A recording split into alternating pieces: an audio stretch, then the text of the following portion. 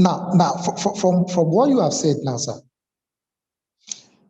for my company, for instance, will not take in, okay, you, for instance, will you sell, you open your shop and you know this very product is not in demand?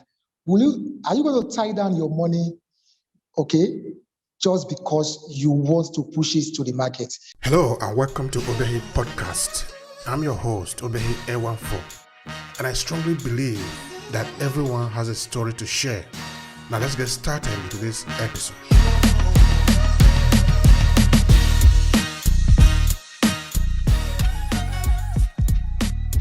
And I thank God you said it, that our leaders need to show this concern.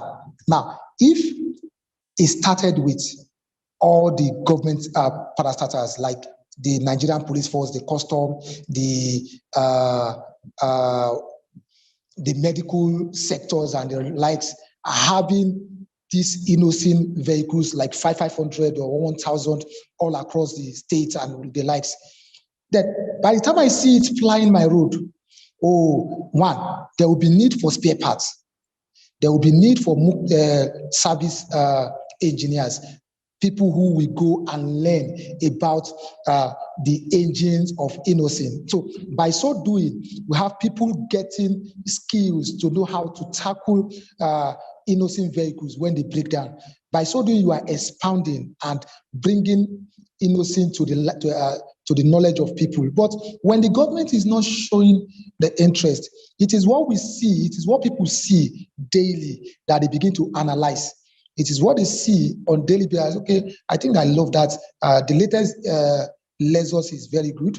Okay, can we have the features? Then the safety department will highlight the features. This is this thing. Okay, this is the specs that moves and like that. So when we have innocence like that, then we begin to analyze it. Okay, the police officer, the DPO using innocent will tell his younger brother, wow, I've been using it for a while. It is good. Only for, okay, it is good. And after some few 10 years, 15 years down the lane, it gets better and better. So that is how it can spread. That is how no businessman will tie down his money for what is not selling, for what even the government that you are trying to be of advantage, or probably you are trying to push, is not seeing it in that way. You won't tie your hard-earned money, even in an economy that is a lot of people on different uniform coming after you, coughing out money, even when you are not seeing the effect out there. The road is still the way it is, and yet you see somebody who does not have a pure water factory demanding from you like he had ever succeeded in running a pure water factory of 10 or 2-3 manpowers. So these are the issues. All right, thank you for that. The point really is that you are a sales expert. You understand that we're talking of marketing here. Marketing, yes. You don't, because that is why we are saying it is the government that have the power to be able to do the marketing of her product. Nigeria is selling oil. They know how to market it. Of course, they know how to go to all the international trade agency to market the Nigerian oil, because that is where they are going to get the money. Fine. But the Nigerian citizens also need the possibility to market what they are producing. We don't only have crude oil, we have gold. Okay, let's even forget that Nigeria even have natural resources. We're not even going to go there. What about agriculture? What about our cassava? What about our yams, our cocoa? Who is going to market this one?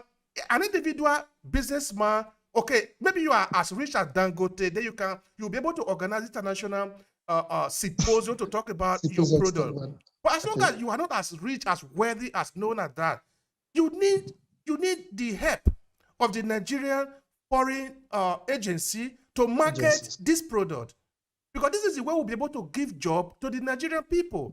This is what we are essentially talking about. Because when you sell Toyota, you sell Japanese product, American product, General Motors product in Nigeria, you are giving job to the Japanese, to the American people. Who is giving job to the Nigerian people? Tomorrow, maybe the federal government of Nigeria will say Nigerians are lazy. That is why they are running away from the country. Do you even think of what you are talking about? Okay, now you see. All right. Sorry that I'm a little bit. My temperature is getting high now, because this is the way it is. This is the country that we have. All right. You see, in 1999, when Obasanjo came in as the president of the country, just coming out from the military dictatorship for a very long period, I usually make this analysis so that people can understand that we are not stupid. We, the Nigerian people, already knew what our problem was, like light, good road. Now, Obasanjo to Goodluck to Buhari. Yeah. Okay, let's forget even the one that was there before Yaradua, now to Buhari, who of course have had time to stay there for a long time. What has been their plan to resolve those two issues, light and good road? What has been their plan?